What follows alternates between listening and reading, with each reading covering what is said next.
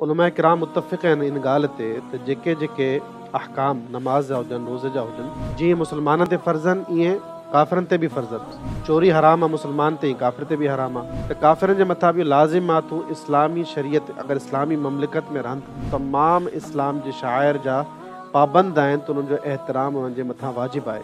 काफ़िरनि जे मथां इहो लाज़िम आहे अगरि उहे रोज़ा नथा रखनि त पंहिंजे खाधे पीते जो बंदोबस्तु पाण कंदा।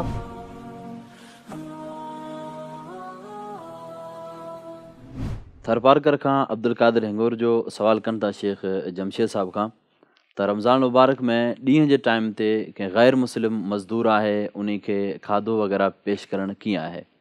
ग़ैर मुस्लमाननि जे लाइ या मुस्लमाननि जे लाइ अल्लाह तबारक व तआला जेको दीन पसंदि कयो आहे उहो इस्लाम आहे। इन दीन इंदल्लाहिल इस्लाम। ऐं ॿियो को बि दीन अल्लाह तबारक व तआला खे क़ाबिल क़बूल न आहे। ऐं दीन जेको आहे उहो इंसान जी मुकमल ज़िंदगी गुज़ारण जो हिकिड़ो तरीक़ो आहे जंहिंमें अल्लाह तबारक व तआला कुझु इबादतूं रखियूं आहिनि, जंहिंमें नमाज़ आहे, रोज़ो आहे, ज़कात आहे। त उलमा किराम मुतफ़िक़ आहिनि इन ॻाल्हि ते त जेके जेके अहकाम नमाज़ जा हुजनि, रोज़े जा हुजनि, जीअं मुस्लमाननि ते फ़र्ज़ आहिनि ईअं काफ़िरनि ते बि फ़र्ज़ आहिनि। जीअं हर इंसान ते वाजिबु आहे त उहो इस्लाम आणे, इस्लाम क़बूल करे। काफ़िरनि ते बि इहो वाजिबु आहे ऐं जंहिंजी जेको इनकार कंदो उहो पोइ जहन्नुम में वेंदो। इस्लाम जा जेके बि अहकाम आहिनि, रोज़ो आहे, नमाज़ आहे, इन जा मुखातब काफ़िर बि आहिनि।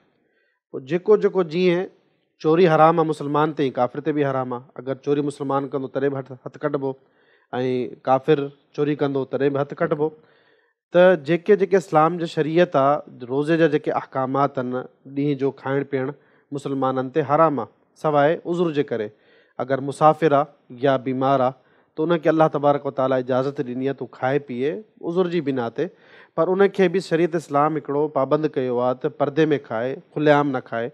जीअं शेख साहिब तमामु तफ़सीली गुफ़्तगू कई त काफ़िरनि जे मथां बि लाज़िम आहे तूं इस्लामी शरीयत अगरि इस्लामी ममलिकत में रहनि था, इस्लामी मुल्क में रहनि था, तूं तमामु इस्लाम जे शाइर जा पाबंद आहिनि त उन्हनि जो एहतराम उन्हनि जे मथां वाजिबु आहे।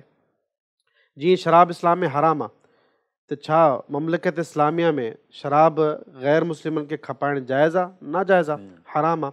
तीअं मुस्लमाननि खे अगरि मना कयो वियो आहे त ॾींहं जो तव्हां नथा खाए पी सघो, पंहिंजे लाइ मानी नथा ठाहे सघो, पाण नथा खाए सघो। मुस्लमान अगरि रोज़ा नथा रखनि त उन्हनि खे खाराइणु पियारणु हराम आहे।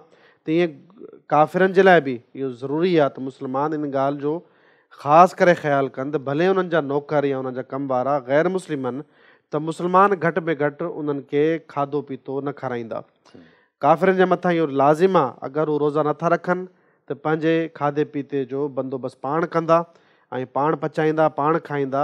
जंहिंजो हुकुम इहो बि आहे त उन्हनि जी सज़ा उन्हनि खे मिलंदी। ज़ाहिर आहे इस्लाम ते अमल कोन था कनि, रोज़ा नथा रखनि, त जेको रोज़ो न रखण जो जेको गुनाह आहे जीअं मुस्लमाननि ते आहे इहे काफ़िरनि ते बि आहे, बल्कि काफ़िरनि ते डबल अज़ाब आहे। हिकिड़ो इस्लाम क़बूल न करण जो ऐं ॿियो रोज़ो न रखण जो, जंहिंजी दलील जीअं क़ुरान करीम में आयत आहे मा सलककुम फी सक़र क़ालू लम नकु मिनल मुसल्लीन। त जहन्नुम खां पुछो वेंदो त तव्हां अॼु जहन्नुम में कीअं पाता आहियो, त चवंदा असां नमाज़ कोन पढ़ंदा हुआसीं। त इन दलील खे बुनियादु बणाए फ़ुक़हा मुफ़स्सिरीन लिखनि था त जेके बि शरीयत इस्लामिया जा जेतिरा बि अहकाम आहिनि काफ़िर बि उन्हनि जा पाबंद आहिनि, ख़ासि तौर ते अगरि उहे काफ़िर मुस्लमान मुल्क में रहनि था। लिहाज़ा इन ॻाल्हि खे बुनियादु बणाए न को मुस्लमान होटल खोले थो सघे, न को का अहिड़ी शइ तयारु करे खपाए थो सघे त ग़ैर मुस्लिमान हिते घणा आहिनि या ग़ैर मुस्लिमनि खे खाधे पीते जी ज़रूरत आहे। लिहाज़ा शरीयत इस्लामिया में इन ॻाल्हि ते मुकमल पाबंदी आहे त न को मुस्लमान खे खाधो खपाए सघे थो, ॾेई सघे थो ॾींहं जो रमज़ान में, ऐं न को ग़ैर मुस्लमाननि जे लाइ। उमेदु आहे त जवाबु इंशाअल्लाह काफ़ी शाफ़ी रहंदो इंशाअल्लाह। जज़ाकल्लाह हसन जज़ा।